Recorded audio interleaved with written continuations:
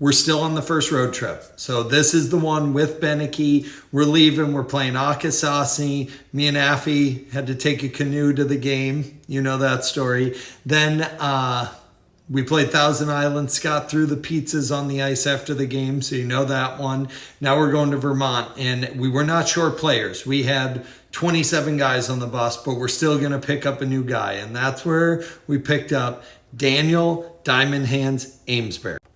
I mean, look at this guy. He was a young buck back then. I think 21 years old. Look at this guy.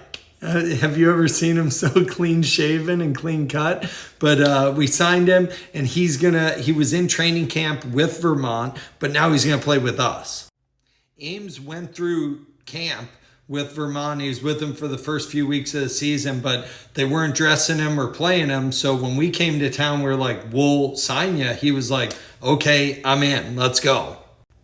So he signs with us, and he's playing against the team that he's still living in their team housing. So I think he was living with a guy, James Morgan, another big tough guy. Well, first game, Ames is right here, number 3 white. He fights his roommate, James Morgan. He fights him twice, and they were good fights. And then we go to the hotel to sleep, and he goes back to the team housing with them and stays in the room with James. And then the next night we play again. I'm pretty sure he fought him again. Then we left and we went on that adventure where we almost drove down the ski hill and things like that. I told you that story. Well, when we fired Scott, picked up my dad, and we headed back out, and the bus driver quit.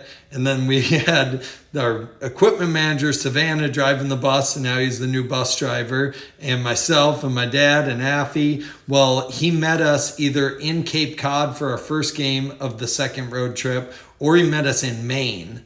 And that was game 2 of that first road trip or second road trip. And that was a doozy. We're going to do a video on that because we were playing the Danbury Whalers at a neutral site game in Lewiston, Maine. And that turned into a bench clearing brawl in a wild time.